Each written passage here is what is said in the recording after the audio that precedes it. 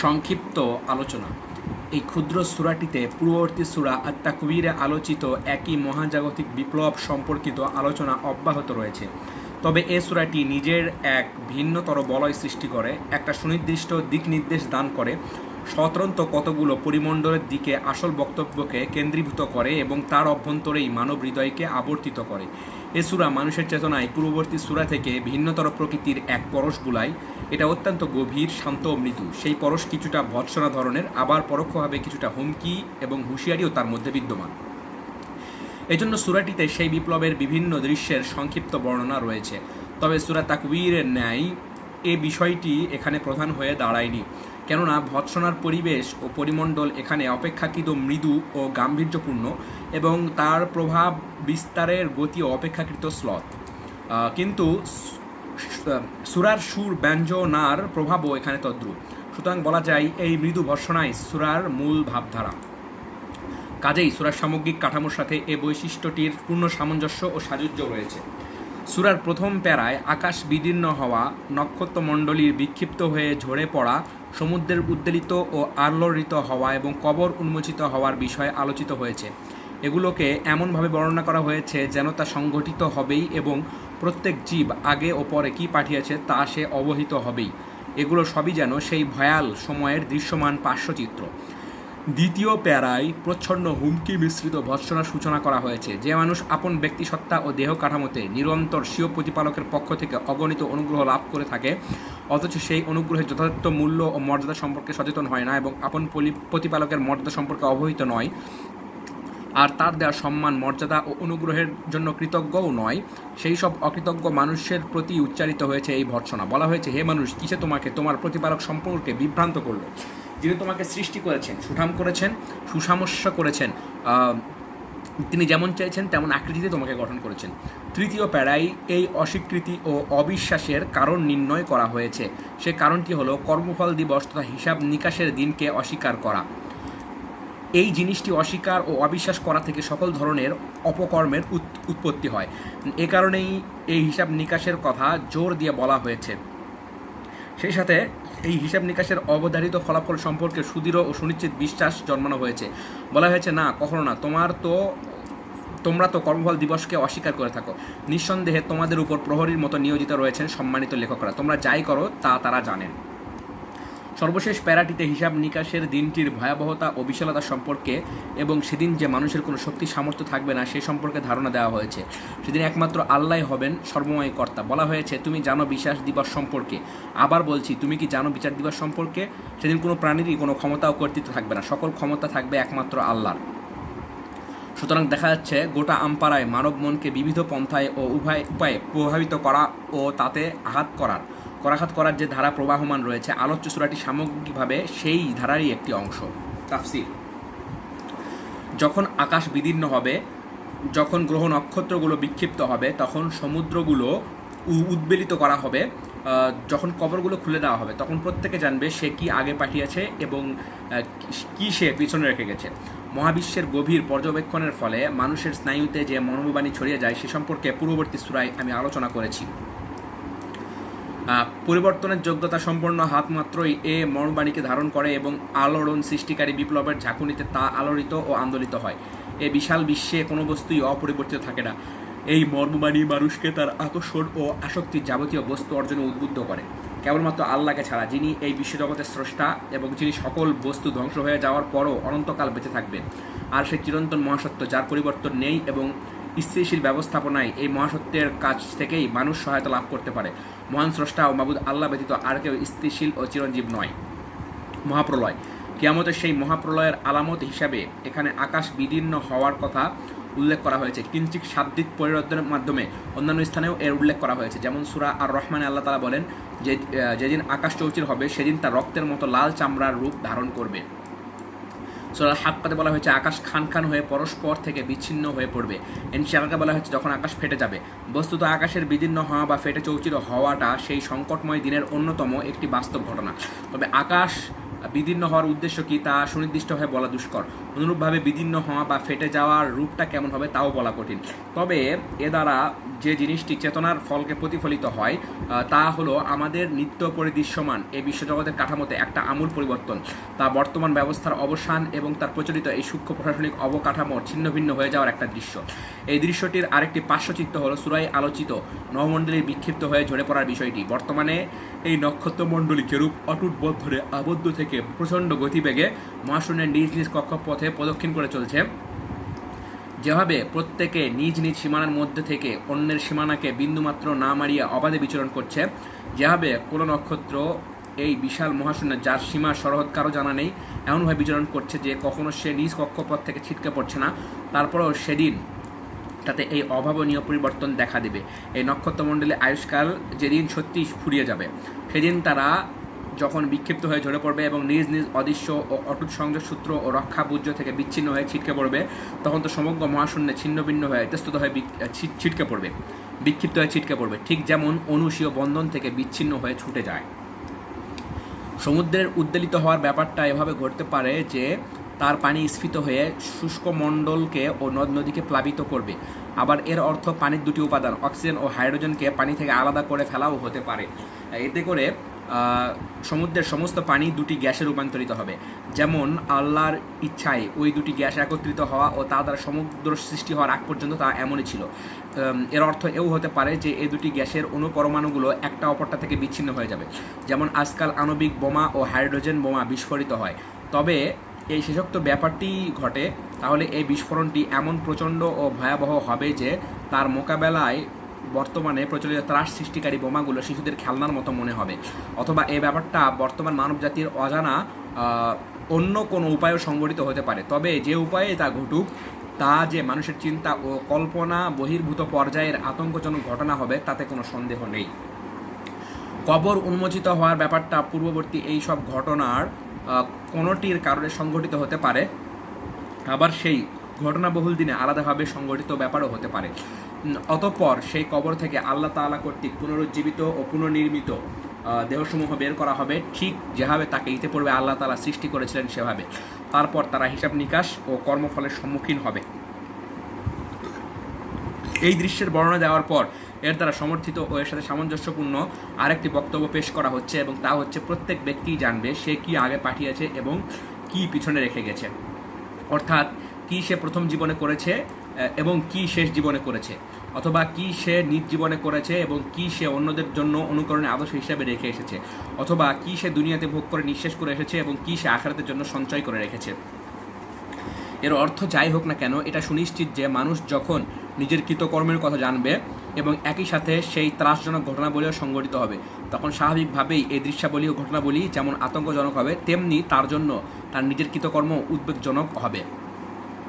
বস্তুত কোরআনের এ উক্তি প্রত্যেকে জানবে সে কি আগে পাঠিয়েছে এবং কি পেছনে রেখে গেছে এক অতীব চমকপ্রদ বর্ণনা ভঙ্গির উদাহরণ পেশ করে। অনুরূপভাবে মানুষের যেদিন নিজের কৃতকর্মের অগ্রপশ্চাৎ জানা যেহেতু কোনো নির্দিষ্ট সময়ে গিয়ে থেমে থাকবে না, তাই এই জানা হবে সেদিনকার আতঙ্কজনক ঘটনাবলীর মতোই ভীতপ্রদ। এই বিষয়টি শব্দের মাধ্যমে স্পষ্টভাবে উল্লেখ না করে কেবল ওই ব্যক্তির উপরই এখানে ছেড়ে দেওয়া হয়েছে। এ কারণে এটি অধিকতর তাৎপর্যবহ ও প্রভাবশালী। মানুষের দৈহিক গঠন প্রক্রিয়া। বিবেক বুদ্ধি ও চেতনা জাগ্রতকারী এই দৃশ্যের বর্ণনা দেওয়ার পর কোরআন মানুষের বাস্তব অবস্থার প্রতি দৃষ্টি দিয়েই দেখতে পারবে। সে এ ব্যাপারে একেবারেই গাফেল ও উদাসীন। এখানে এসেই সে তার হৃদয়ে একটি স্নেহমাখা তিরস্কারের পলশ বুলিয়ে দেয়, প্রচ্ছন্ন হুমকি দেয় এবং তার উপর আল্লাহ তাআলা যে অনুগ্রহ বর্ষণ করেছেন তা তাকে স্মরণ করিয়ে দেয়। সে অনুগ্রহটি হচ্ছে তাকে ভারসাম্যপূর্ণ সুঠাম একটি দেহ দান করা। অথচ তাকে কী ধরনের আকৃতি দেবেন সেটা স্বয়ং তার প্রতিপালকেরই নিরঙ্কুশ ইচ্ছাধীন ব্যাপার ছিল। তথাপি তিনি নিজ অনুগ্রহে তিনি এই সুঠাম মৎস্য ও সুন্দর দেহ দান করলেন। এজন্য তিনি তার প্রতি কৃতজ্ঞ হয় না, এজন্য সে তার প্রতি কৃতজ্ঞ হয় না এবং তার মূল্যায়নও করে না। হে মানুষ, এখানে হে মানুষ বলে সম্বোধন করার তাৎপর্য হলো তার সত্তার সবচেয়ে সম্মানজনক দিকটি তুলে ধরা। এটি হচ্ছে তার মনুষ্যত্ব। এটি দ্বারাই সে সমগ্র সৃষ্টির মধ্যে শ্রেষ্ঠ বলে চিহ্নিত হয়েছে। এই বৈশিষ্ট্যের সুবাদেই আল্লাহর পক্ষ থেকে সম্মান ও মর্যাদায় অভিষিক্ত হয়েছে। তারপর সেই সম্ভ্রমপূর্ণ সুন্দর ভর্ৎসনাটি উচ্চারণ করে বললেন, তোমার মহান প্রতাপালকের ব্যাপারে তোমাকে কিসে বিভ্রান্ত করলো? হে মানুষ, যাকে তোমার প্রতিপালক সম্মানিত করেছেন, যিনি তোমার লালন পালনকারী ও তত্ত্বাবধায়ক, তোমার মহান মনুষ্যত্বের যিনি একমাত্র সংরক্ষক, কিসে তোমাকে তোমার সেই প্রতিপালকের ব্যাপারে বিপদগামী করলো, যার ফলে তুমি তার অধিকার আদায় গাফলতি করছো, তার প্রতি অশালীন আচরণ করছো, তার প্রতি উদাসীন থাকছো, অথচ তিনি তোমার সুমহান প্রভু ও মনিব, যিনি তোমাকে মানুষত্ব দান করেছেন, যা দ্বারা তুমি গোটা সৃষ্টির সেরা হয়েছো, যা দ্বারা তুমি ন্যায় ও অন্যায়ের বাছ বিচার করতে শিখেছো। অতঃপর আল্লাহর এই বদন্যতা ও অনুগ্রহের বিস্তারিত বিবরণ দেওয়া হচ্ছে, যা ইতিপূর্বে সংক্ষেপে বর্ণনা করা হয়েছে। আয়াতের শুরুতে মানুষকে তার মনুষ্যত্বের নামে সম্বোধন করা হয়েছে, আর এই মনুষ্যত্ব হচ্ছে তাকে প্রদত্ত আল্লাহর অপার দান। এরপর এই দানের বিশদ বিবরণ দিতে গিয়ে তার দেহের সুন্দর সুসামঞ্জস্য গঠনের কথা উল্লেখ করা হয়েছে। আল্লাহ তাআলা তাকে নিজ ইচ্ছা মতো যে কোনো ধরনের দৈহিক গঠন দিতে পারতেন, কিন্তু তাকে এই সুঠাম গঠন দিয়েছেন আপন ইচ্ছাক্রমে। এটা তার দয়া, অনুগ্রহ ও মহানুভবতা। অকৃতজ্ঞ মানুষের উপর তিনি এহেন মহানুভবতা দেখিয়েছেন। শুধু অকৃতজ্ঞ নয়, গর্বিত ও উদাসীন মানুষের উপরেও। হে মানুষ, কিসে তোমাকে তোমার মহান প্রতিপালক সম্পর্কে বিভ্রান্ত করলো, যিনি তোমাকে সৃষ্টি করেছেন, সুগঠিত করেছেন, সুসামঞ্জস্য করেছেন। এটি এমন একটি সম্বোধন যা জাগ্রত মানব সত্তার প্রতিটি অনুপরমাণুকে শিহরণ তোলে, অন্তরের অন্তঃস্থলে চেতনা সঞ্চয় করে। তার মহানুভব প্রতিপালক তাকে এই ভাব গম্ভীর ভর্ৎসনা করেন এবং তাকে দেওয়া এই অনুগ্রহ স্মরণ করিয়ে দেন তখন, যখন সে অলসতা উদাসীনতায় নিমজ্জিত। তখন সে তার স্রষ্টা, তার সুঠাম ও সুসামঞ্জস্য সত্তার নির্মাতা মনিবের মর্যাদা সম্পর্কে অচেতন। বস্তুত মানুষকে তার বর্তমান সুন্দর, সুঠাম, সুসামঞ্জস্য আকৃতি এবং কর্মক্ষমতা উভয় দিক দিয়ে স্বয়ং সম্পূর্ণ সত্তা দিয়ে সৃষ্টি করার এই অতুলনীয় কীর্তি মহান প্রতিপালকের ব্যাপারে তার সুদীর্ঘ চিন্তা, সুগভীর কৃতজ্ঞতা, অবিমিশ্র বিনয় ও ভালোবাসার প্রেরণা যোগায়। কেননা তিনি ইচ্ছা করলে অন্য কোনো আকৃতিতে সৃষ্টি করতে পারতেন, কিন্তু নিছক স্বাধীন ইচ্ছা অনুসারেই তিনি এই সুন্দর সুসামঞ্জস্য আকৃতিতে সৃষ্টি করেছেন। মানুষ যে শুধু সুন্দর, সুগঠিত, সুমঞ্জস্য আকৃতির অধিকারী তাই নয়, বরং তার সত্তায় এত বিস্ময়কর ও অতুলনীয় সৃষ্টিকর্মের সমাবেশ ঘটেছে যে তার নিজের উপলব্ধি ক্ষমতারও আয়ত্তের বাইরে, এবং তার আশেপাশে যত সৃষ্টি দৃশ্যমান তার চেয়েও চমকপ্রদ ও বিস্ময়কর। তার দৈহিক, বুদ্ধিভিত্তিক এবং আধ্যাত্মিক সত্তা একই পর্যায়ে সৌন্দর্য, সমতা ও ভারসাম্য বিরাজমান, আর তার সত্তা সমগ্র সত্তা থেকে অত্যন্ত সুন্দর ও সুষমমণ্ডিতভাবে দৃশ্যমান। মানুষের আঙ্গিক গঠন, প্রকৃতি, তার সূক্ষ্মতা, জটিলতা এবং তার সংগতি ও অখণ্ডতার চমকপ্রদ বিবরণ নিয়ে এযাবৎ বহু রচনা প্রকাশিত হয়েছে। এখানে এই দৈহিক কাঠামো সংক্রান্ত বিস্ময়কর তথ্যসমূহ পুরোপুরিভাবে তুলে ধরার অবকাশ নেই। আমি শুধু এর কয়েকটির প্রতি ইঙ্গিত দেওয়াই যথেষ্ট মনে করব। মানুষের দৈহিক কাঠামোর সাধারণ অংশগুলো হলো অস্থিমণ্ডল, অন্দ্রিমণ্ডল, চর্ম পরিপাক যন্ত্র, রক্ত সঞ্চালন প্রণালী, শ্বাস প্রশ্বাস ব্যবস্থা, জননেন্দ্রিয় প্রণালী, স্নায়ুমণ্ডল, প্রস্রাব যন্ত্র, আস্বাদন ব্যবস্থা, আঘ্রাণ ব্যবস্থা, শ্রবণেন্দ্রিয়, দর্শনেন্দ্রিয়। উল্লেখিত অংশগুলোর প্রত্যেকটি এমন বিস্ময়কর যার সাথে আধুনিক যুগের হতবৃদ্ধিকর শৈল্পিক বিষয়গুলোর কোনো তুলনাই হয় না। বস্তুত মানুষ তার নিজ সত্তার এসব বিস্ময়কে ভুলে থাকলেও এর চেয়ে গভীর, সূক্ষ্ম ও বৃহৎ বিষয় আর কল্পনা করা যায় না। ইংলিশ সায়েন্স ম্যাগাজিনে বলা হয়েছে, মানুষের হাত হচ্ছে এক অতুলনীয় বিস্ময়। আচ্ছা, দ্রুত সংকোচনশীল ও সম্প্রসারণশীল, সহজ কর্মক্ষমতা ও ব্যবহারের ব্যাপকতায় হাতের সমকক্ষ কোনো যন্ত্র তৈরি করা শুধু কঠিন নয়, বরং একেবারেই অসম্ভব। যখন কেউ একটা বই পড়তে ইচ্ছা করে, তখন সে নিজ হাত দ্বারা প্রথমে তা ধরে, তারপর তাকে পড়ার উপযুক্ত অবস্থানে রাখে। এই সময় এই হাতই স্বয়ংক্রিয়ভাবে তার অবস্থানকে শুধরে দেয়। যখন সে তার একটি পাতা উল্টাতে চেষ্টা করে, তখন তার আঙ্গুলগুলোকে পাতার নিচেই স্থাপন করে। অতঃপর যতটুকু চাপ দিলে পাতা উল্টানো যায়, তার আঙ্গুল ততটুকুই চাপ সে দেয়। তারপর পাতা উল্টানোর সাথে সাথেই সেই চাপের ক্রিয়া শেষ হয়ে যায়। হাতি কলম ধরে এবং তা দিয়ে লেখে। চামচ থেকে শুরু করে ছুরি ও টাইপ যন্ত্র পর্যন্ত মানুষের যাবতীয় প্রয়োজনীয় সরঞ্জাম সহ এই হাতি ব্যবহার ও নাড়াচাড়া করে। জানালা দরজা খোলে ও বন্ধ করে, মানুষ যা চায় তা বহন করে। 2 হাতে 27টি অস্থি রয়েছে এবং প্রত্যেকটি হাতের 29টি শিরাতন্ত্রী রয়েছে। আধুনিক বিজ্ঞান ও আল্লাহ অধ্যাপক আব্দুর রাজ্জাক নওফেল। আচ্ছা, পয়েন্ট টু বি নোটেড। ইমান মানুষকে ইমান আনতে উদ্বুদ্ধ করে। বিজ্ঞান মানুষকে ইমান আনতে উদ্বুদ্ধ করে নামক গ্রন্থে বলা হয়েছে, মানুষের কানের একটি অংশ, অর্থাৎ কানের ভেতরের অংশ, প্রায় 4000 সূক্ষ্ম ও জটিল বক্রযন্ত্রের সমষ্টি। এর প্রত্যেকটি যন্ত্র ও ব্যাপ্তির দিক থেকে ধারাবাহিকভাবে একসাথে বাঁধা। বলা যেতে পারে যে এই ক্ষুদ্র যন্ত্রগুলো বাদ্যযন্ত্র সদৃশ। মনে হয় এটি এমন একটি হাতিয়ার যা মেঘের গর্জন থেকে শুরু করে গাছের পাতার মর্মর ধ্বনি পর্যন্ত এবং বাদ্যযন্ত্রের মিশুর পর্যন্ত সকল তীব্র বা মৃদু শব্দকে মগজ পর্যন্ত পৌঁছে দেয়। আধুনিক বিজ্ঞান ও আল্লাহ নামক গ্রন্থে আরও বলা হয়েছে, দর্শন যন্ত্রের কেন্দ্রবিন্দু হচ্ছে চোখ, যা নিজে 13 কোটি আলো বিকিরণকারী যন্ত্রের সমষ্টি, এবং এই সকল যন্ত্র হচ্ছে স্নায়ুর কেন্দ্রবিন্দু। ভূ আচ্ছাদিত চোখের পাতায় চোখে দিনরাত রক্ষণাবেক্ষণ করে এবং এই পাতা স্বয়ংক্রিয়ভাবে নড়াচড়া করে। এটি নাড়াতে কোনো ইচ্ছার দরকার হয় না। ধুলিবালি, মাটি, কঙ্কর প্রভৃতি যাবতীয় ক্ষতিকর বহিরাগত জিনিস থেকে এই পাতায় চোখকে রক্ষা করে। অনুরূপভাবে ভ্রুর ছায়া তাকে সূর্যের উত্তাপের প্রখরতা থেকেও রক্ষা করে। চোখের পাতার ক্রমাগত উত্থান পতন চোখকে বহিরাগত ক্ষতিকর জিনিস থেকে রক্ষা করা ছাড়াও চোখের শুষ্কতা প্রতিরোধ করে। চোখের পাড়ি, যাকে অশ্রু বলা হয় থাকে, তা হচ্ছে সবচেয়ে শক্তিশালী নিষ্কাশক। মানুষের আস্বাদন যন্ত্র হলো জিহ্বা। প্রতিটি মানুষের শৈল্পিক ঝিল্লির জীবাণুসমূহের মধ্যে বিরাজমান বিপুল সংখ্যক আস্বাদন কোষী জিহ্বার কর্মতৎপরতার উৎস। আর এসব জীবাণু হয় বিভিন্ন আকৃতির, কতক আছে সুতোর মতো, কতক ছত্রাক ধরনের, কতক মসুরের দানার মতো। জিহ্বার যে স্নায়ুতন্ত্রী ও স্বাদতন্ত্রী খাদ্যনালীর সাথে সংযুক্ত, তার শাখা প্রশাখাই এসব জীবাণুর খাদ্য যোগায়। আহারের সময় কেবল স্বাদতন্ত্রীতেই প্রতিক্রিয়া হয় এবং এই প্রতিক্রিয়া তৎক্ষণাৎ মগজে পৌঁছে যায়। জিহ্বা মানুষের মুখ গহ্বরের সম্মুখ ভাগেই বিদ্যমান, যাতে ক্ষতিকর জিনিস মাত্রকেই সে সঙ্গে সঙ্গে উগলে ফেলে দিতে পারে। কোনো জিনিস তিক্ত না মিষ্টি, ঠান্ডা না গরম, টক না লোনা, কোমল না কটু, তা মানুষ এই যন্ত্রটি দ্বারাই টের পায়। জিহ্বায় রয়েছে ৯,০০০ সূক্ষ্ম আস্বাদন কেন্দ্র, যার প্রতিটি একাধিক স্নায়ুতন্ত্রী দ্বারা মস্তিষ্কের সাথে সংযুক্ত। এখানে স্নায়ুতন্ত্রের সংখ্যা কত ও আকৃতি কেমন এবং কীভাবে তা স্বতন্ত্র একভাবে কাজ করে এবং কীভাবে মস্তিষ্কের সাথে অনুভূতির সংযোগ ঘটায়, সে প্রশ্নের জবাবও জানা প্রয়োজন। সমগ্র দেহের উপর পূর্ণাঙ্গ প্রাধান্য বিস্তারকারী স্নায়ুতন্ত্রী এক ধরনের সূক্ষ্ম ছিদ্র বিশিষ্ট নল দ্বারা তৈরি। এই নলের সংখ্যা বহু এবং তার শরীরে সর্বত্র বিস্তৃত। এই নলগুলো তার চেয়েও বড় কেন্দ্রীয় স্নায়ুতন্ত্রের সাথে সংযুক্ত হয়। তাই শরীরের কোনো একটি অংশ যখন কিছু দ্বারা প্রভাবিত হয়, চাই তা চারপাশের পরিবেশে বিরাজমান তাপের সামান্য পরিবর্তনের কারণেই হোক না কেন, স্নায়ুতন্ত্রীগুলো সেই অনুভূতিকে সমগ্র শরীরে ছড়িয়ে থাকা কেন্দ্রগুলোকে পৌঁছে দেয়, আর এই কেন্দ্রগুলোই সেই অনুভূতিকে পৌঁছে দেয় মস্তিষ্কে। এই অনুভূতি মস্তিষ্ককে কর্মক্ষম সক্রিয় করে তোলে। স্নায়ুতন্ত্রীতে ইঙ্গিত ও সংকেতের যাতায়াতের গতিবেগ প্রতি সেকেন্ডে ১০০ মিটার। আল্লাহ ওয়াল ইলমুল জাদিদ, আল্লাহ আধুনিক বিজ্ঞান। আর যখন আমরা হজম প্রক্রিয়ার দিকে দৃষ্টি দেই এবং পরিপাক যন্ত্রকে একটা রাসায়নিক কারখানা হিসাবে এবং যে খাদ্য আমরা গ্রহণ করি তাকে অপ্রক্রিয়াজাত দ্রব্য হিসাবে বিবেচনা করি, তখন আমরা সুনির্দিষ্টভাবে বুঝতে পারি ওটা একটা বিস্ময়কর প্রক্রিয়া। কারণ এই প্রক্রিয়া খোদ পরিপাক যন্ত্রটি ছাড়া আর প্রায় সকল ভুক্ত দ্রব্যকে হজম করে ফেলে। প্রথমে তো আমরা এত হরেক রকমের খাদ্য নিক্ষেপ করি কাঁচামাল হিসাবে। এ সময় খোদ কারখানা সম্পর্কে যেমন আমরা কোনো কথা বিবেচনায় আনি না, তেমনি পরিপাক্রিয়া কীভাবে কোন রাসায়নিক তত্ত্ব অনুসারে পরিচালিত হয় তাও সেভাবে দেখি না। আমরা গোশত, ভুনা, মাছ ও তরি তরকারি ইত্যাদি খাই এবং যে কোনো পরিমাণ পানি দ্বারা পাকস্থলীতে ঠেলে দিই। অতঃপর এই মিশ্রণ থেকে পাকস্থলী বেছে নেয় শুধুমাত্র উপকারী দ্রব্যগুলোতে।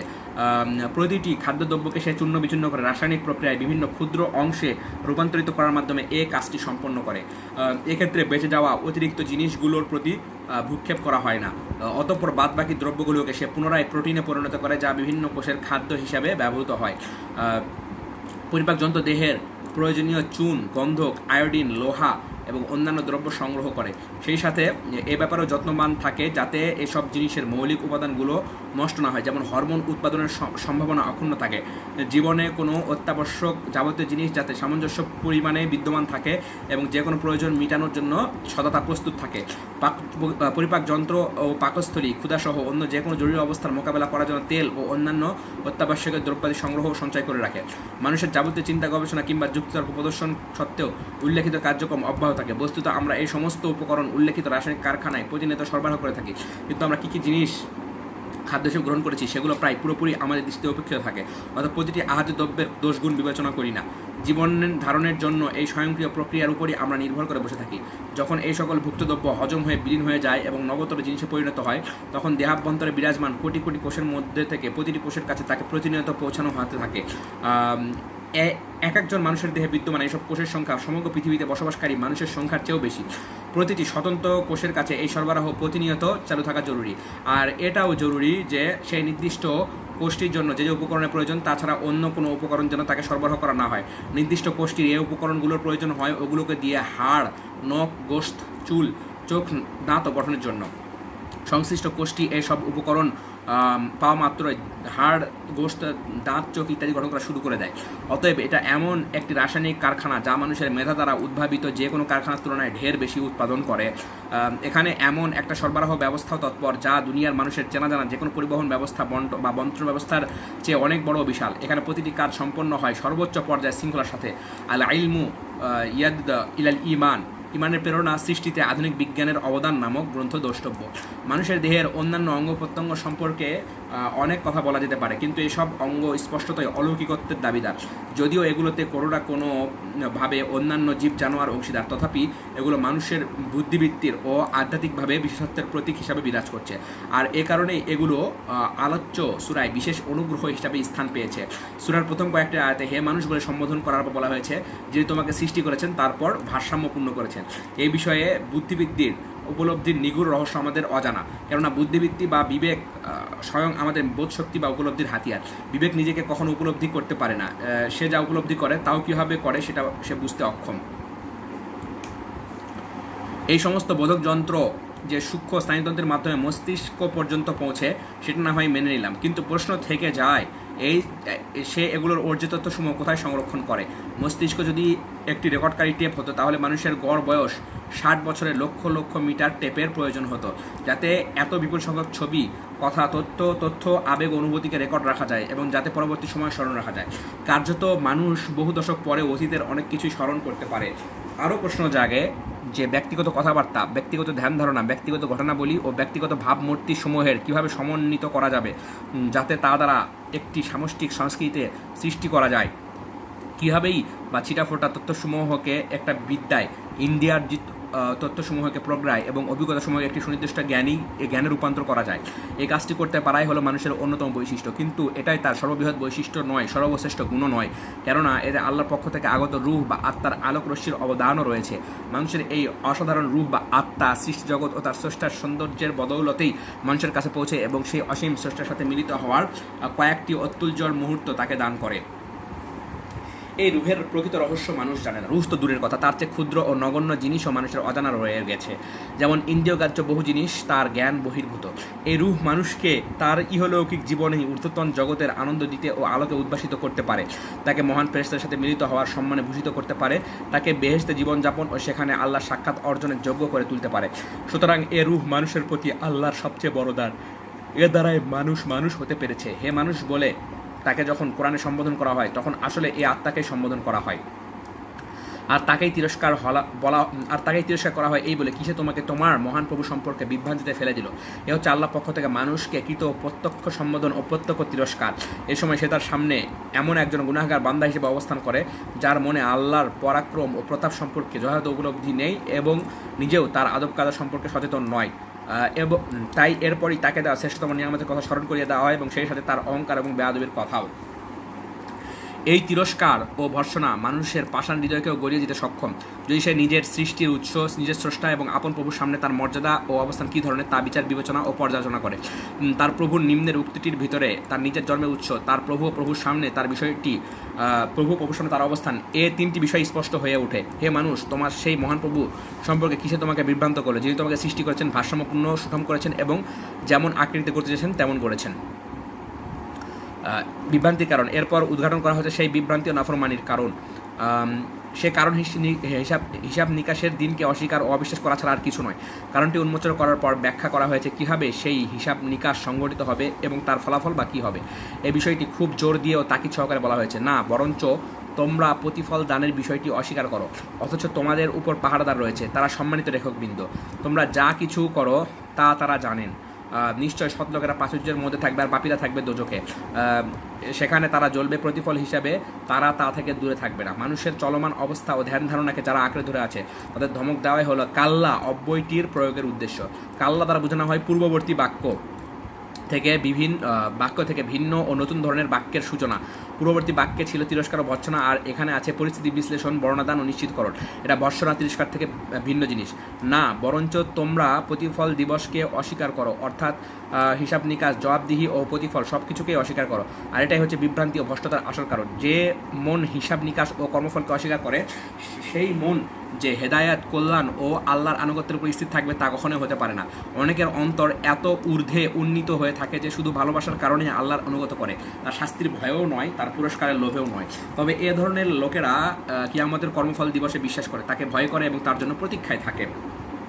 কেন সেদিন সে তার সেই মনিবকে দেখতে পাবে যাকে সে ভালোবাসে, যার সাক্ষাতের জন্য উদগ্রীব থাকে, যার জন্য প্রতীক্ষমান থাকে। তবে মানুষ যখন এই দিনটিকে একেবারে অস্বীকার করে তখন তার মধ্যে আর কোনো আনুগত্য, শিষ্টাচার ও হেদায়েতের আলো থাকতে পারে না। তার হৃদয় কখনো সজীব এবং তার বিবেক কখনো জাগ্রত থাকবে না। কেরামান কাতিবিন, আল্লাহ তাআলা বলেছেন তোমরা কর্মফল দিবসকে অবিশ্বাস করো, অথচ তোমরা সেই দিনের দিকেই ধাবমান। তোমাদের সকল কৃতকর্মের হিসাব নিকাশ সেদিন চূড়ান্ত করা হবে, তার মধ্য থেকে কিছুই নষ্ট হবে না বা বিস্তৃত হবে না। তোমাদের উপর প্রহরী নিযুক্ত রয়েছেন, তারা সম্মানিত লেখক, তোমরা যাই করো তারা তা জানেন। এসব প্রহরী হচ্ছেন মানুষের তত্ত্বাবধান, সার্বক্ষণিক তদারক ও প্রতিটি কার্যকলাপ বা কথাবার্তাকে গুণে গুণে লিপিবদ্ধ করে রাখার দায়িত্বে নিয়োজিত মহান আল্লাহ ফেরেশতা। আমরা জানি না এই কার্যক্রম কীভাবে পরিচালিত হয়, এরা জানা আমাদের দায়িত্বের অন্তর্ভুক্ত নয়। এসব জিনিস জানা ও বোঝার ক্ষমতা ও যোগ্যতা যে আমাদের দেওয়া হয়নি সে কথা আল্লাহ তাআলাই জানেন। এসব বিষয় জানার মধ্যে আমাদের কোনো কল্যাণও নিহিত নেই, কেননা এটা আমাদের কর্তব্যের অন্তর্ভুক্ত নয় এবং আমাদের সৃষ্টির উদ্দেশ্যের আওতাভুক্ত নয়। কাজেই আল্লাহ তাআলা আমাদেরকে অদৃশ্য বিষয়সমূহের মধ্যে যেটুকু জানবার সুযোগ দিয়েছেন তার অতিরিক্ত কোনো কিছু জানতে চেষ্টা করা আমাদের জন্য অনাবশ্যক। মানুষের মনে শুধু এতটুকু সাবধান বাণী দিয়ে দেওয়াকে যথেষ্ট মনে করা হয়েছে যে তাকে যা ইচ্ছে তাই করার স্বাধীনতা দেওয়া হয়নি এবং তাকে বিনা জবাব দিতে ছেড়ে দেওয়া হবে না, বরঞ্চ তার উপর সম্মানিত লেখকদের প্রহরী নিয়োজিত করা হয়েছে, যারা তাদের প্রতিটি তৎপরতা সম্পর্কে ওয়াকিফাল, যাতে সে জাগ্রত ও সতর্ক হয় এবং শিষ্টাচারী হয়। এটাই হচ্ছে উদ্দেশ্য। লক্ষণীয় যে গোটা সূরার পরিবেশ, সম্মান ও মর্যাদা পরিবেশ প্রহরীদের সাথে সম্মানিত বিশেষণটি যুক্ত হয়েছে। এর উদ্দেশ্য এই যে মানুষের মনে যেন এই সম্মানিত ফেরেশতাদের সামনে শোভনীয় ও ভদ্রচিত কাজ করার প্রেরণা এবং অশোভন কাজের বিরুদ্ধে লজ্জার অনুভূতি গড়ে ওঠে। বস্তুত এটা মানুষের স্বভাবজাত ব্যাপার যে সম্মানিত মর্যাদাবান মানুষের সামনে কোনো আজে বাজে বা অশোভন কাজ করতে সে লজ্জা অনুভব করে থাকে। মর্যাদাবান মানুষের সামনে যখন তার এই অবস্থা, তখন প্রতিটি মুহূর্তে একদল মর্যাদাবান তত্ত্বাবধায়ক ফেরেশতার সামনে থাকার অনুভূতি যার মধ্যে বিদ্যমান, তার কী অবস্থা হতে পারে এটা সহজে অনুমেয়। বিশেষত তারা যখন এমন ফেরেশতা যারা মানুষের পক্ষ থেকে ভালো কাজ ও ভালো কথা ছাড়া আর কিছুই আশা করে না। কোরআন মানুষের হৃদয়ে তার সহজাত প্রজ্ঞা উপলব্ধির অতি নিকটবর্তী এই ধ্যান ধারণাকে জাগ্রত ও প্রতিষ্ঠিত করার মাধ্যমে তার হৃদয়ে সর্বোচ্চ মানের প্রেরণা সৃষ্টি করে। পাপিষ্ঠ ও পুণ্যবানদের পরিণতি। এরপর বলা হয়েছে হিসাবের পর সৎ লোক ও অসৎ লোকদের পরিণতি ও কর্মফল কী হবে। আর বলাই বাহুল্য যে এই হিসাব নিকাশের ভিত্তি হবে তত্ত্বাবধায়ক ফেরেশতাদের লেখা রেজিস্টার সমূহ। আল্লাহ তাআলা বলেন পুণ্যবান লোকেরা অবশ্যই প্রাচুর্যের মধ্যে থাকবে আর পাপিষ্ঠরা থাকবে জাহান্নামে। কর্মফল দিবসে তারা তাদের জ্বলবে আর জাহান্নাম তাদের কাছ থেকে দূরে থাকবে না। এর নিশ্চিত পরিণতি এই যে সৎ লোকেরা প্রাচুর্যে ভরা বেহেশত এবং অসৎ লোকেরা জাহান্নামে যাবে। আবরার শব্দটি বার শব্দের বহুবচন এবং এই শব্দটি সেই ব্যক্তির ক্ষেত্রে প্রযোজ্য যে পুণ্যের কাজ ও সৎ কাজ করতে করতে সেটি তার সার্বক্ষণিক ও চিরস্থায়ী স্বভাব অভ্যাসে পরিণত হয়। আর সৎকর্ম বা পুণ্যকর্ম বলতে যে কোনো ভালো কাজকেই বোঝায়। এর সাথে যে বিশেষণ যুক্ত হয় সেটা এ ভালো কাজের প্রভাবাধীনেই মানবতা মহত্বের সাথে সমন্বিত রূপ লাভ করে। এর ঠিক বিপরীত বিশেষণযুক্ত বিশেষণ শব্দ হলো ফুজ্জার তথা পাপিষ্ঠ লোকেরা। এই শব্দটির মর্মমূল্য রয়েছে বেয়াদবি এবং গুনাহ ও পাপ কাজ করার স্পর্ধা ও দৃষ্টতা। জাহিম হচ্ছে পাপ কাজের উপযুক্ত সমকক্ষ জায়গা। তারপর পাপিষ্ঠরা যখন সেখানে অবস্থান করবে তখন তাদের অবস্থা আরও স্পষ্ট হবে। একথায় বলা হয়েছে এ আয়াতে কর্মফলের দিন তারা তাদের চলবে। তারপর এ বক্তব্যের উপর আরও জোর দেওয়া হয়েছে এই বলে যে সেটি তাদের কাছ থেকে অন্তর্হিত হবে না, অর্থাৎ শুরুতেও তারা তা থেকে পালিয়ে অব্যাহতি পাবে না, আর একবার সেখানে নিক্ষিপ্ত হওয়ার পর এক মুহূর্তের জন্য তারা বাইরে যেতে পারবে না। এবার পুণ্যবান ও পাপিষ্ঠ আর বেহেশত ও দোজখের ঠিক বিপরীত অবস্থা ফুটিয়ে তোলা হলো। সেই সাথে জাহান্নামে নিক্ষিপ্তদের অবস্থা আরও বেশি করে স্পষ্ট করে দেওয়া হলো। যেহেতু কর্মফলের দিনটি অস্বীকৃতি অবিশ্বাসের শিকার, তাই সেটি একবার উল্লেখ করার পর তার পুনরাবৃত্তি করা হয়েছে। এই পুনরাবৃত্তি এমনভাবে করা হয়েছে যে একদিকে ওই দিনটি সম্পর্কে অজ্ঞতা প্রকাশের মাধ্যমে তাকে আরও বিরাট ও ভয়াবহ জিনিস হিসেবে ফুটিয়ে তোলা হয়েছে, অপরদিকে সেদিন মানুষ একেবারে অসহায়, দিশেহারা ও সর্বপ্রকার সাহায্য ও সহযোগিতায় বঞ্চিত হবে একথা ব্যক্ত করার মাধ্যমে দিনটির ভয়াবহতা স্পষ্ট করে তুলে ধরা হয়েছে। সেই সাথে এও বলা হয়েছে যে সেই ভয়ঙ্কর বিপদের দিনে একমাত্র আল্লাহই হবেন সর্বেসর্বা। তুমি কি জানো কর্মফল দিবস কি? আবারও বলি, তুমি কি জানো কর্মফল দিবস কি? কর্মফল দিবস হচ্ছে সেই দিন যেদিন কেউ কারো কাজে আসবে না এবং সমস্ত ক্ষমতা সেদিন শুধু আল্লাহর হাতে থাকবে। অজ্ঞতা প্রকাশ করে প্রশ্ন করা কোরআনের একটি সুপরিচিত রীতি। এটি এমন একটি অনুভূতি দান করে যে ব্যাপারটি এতই বিরাট ও এতই ভয়াবহ যে মানুষ তার সীমিত বোধশক্তি দিয়ে তা উপলব্ধি করতে সক্ষম নয়, কেননা তা যে কোনো কল্পনার ঊর্ধ্বে, যে কোনো প্রত্যাশার ঊর্ধ্বে এবং যে কোনো পরিচিত জিনিসের আওতার বাইরে। প্রশ্নের পুনরাবৃত্তি দিনটির ভয়াবহতাকে আরও বেশি কঠিন করে তোলে। প্রশ্নের পুনরাবৃত্তির পরই এই চিত্রের সামঞ্জস্যশীল বিবরণ দেওয়া হয় যেদিন কেউ কারো কাজে আসবে না। বস্তুত এটি হচ্ছে চূড়ান্ত অসহায়ত্ব, সার্বিক অক্ষমতা ও সর্বাত্মক পঙ্গুত্ব ও নিষ্ক্রিয়তা। এর অর্থ হচ্ছে প্রতিটি মানুষ নিজেকে নিয়ে চিন্তিত অবস্থিত থাকবে, অন্যের কথা ভাববার ফুরসতই তার হবে না। সেদিন সকল ক্ষমতা বিজয় হবে শুধু আল্লাহর। আল্লাহর এরূপ সর্বাত্মক ক্ষমতা তো দুনিয়া ও আখিরাতে সবসময় বিরাজমান। তবে এই কিয়ামতের দিন এই সত্যটি আরও বেশি করে প্রকটিত হবে, কেননা এই দিনটি সম্পর্কে অনেকেই গাফেল উদাসীন থাকে। তাই এ ব্যাপারে যাতে কোনো বিভ্রান্তি ও সংশয় না থাকে, কোনো মতভ্রান্ত ও প্রবঞ্চিত মানুষ যাতে বিভ্রান্তিতে লিপ্ত না থাকে, সেজন্য এভাবে নির্দিষ্ট করে শুধুমাত্র ওই দিনটি সম্পর্কে কথা বলা হয়েছে। সূরা শেষে এই নীরব, থমথমে ও গুরুগম্ভীর ভীতিপদ চিত্ত, আর সূরা শুরুতে সেই চলন্ত এই ধ্বংস ও বিপর্যয় ঘটনাবলীর চিত্র, এই উভয় চিত্র একই সমান্তরালে বিরাজমান। এই দুই ধরনের ভীতির মাঝখানে মানুষের চেতনা অবরুদ্ধ। উভয় ভীতি মানুষকে হতবুদ্ধি করে দিতে সক্ষম, আর মাঝখানে রয়েছে মহান আল্লাহ সেই তিরস্কার ও ভৎসনা, যা নির্লজ্জকেও লজ্জিত করে আর পাষাণ হৃদয়কেও বিগলিত করে।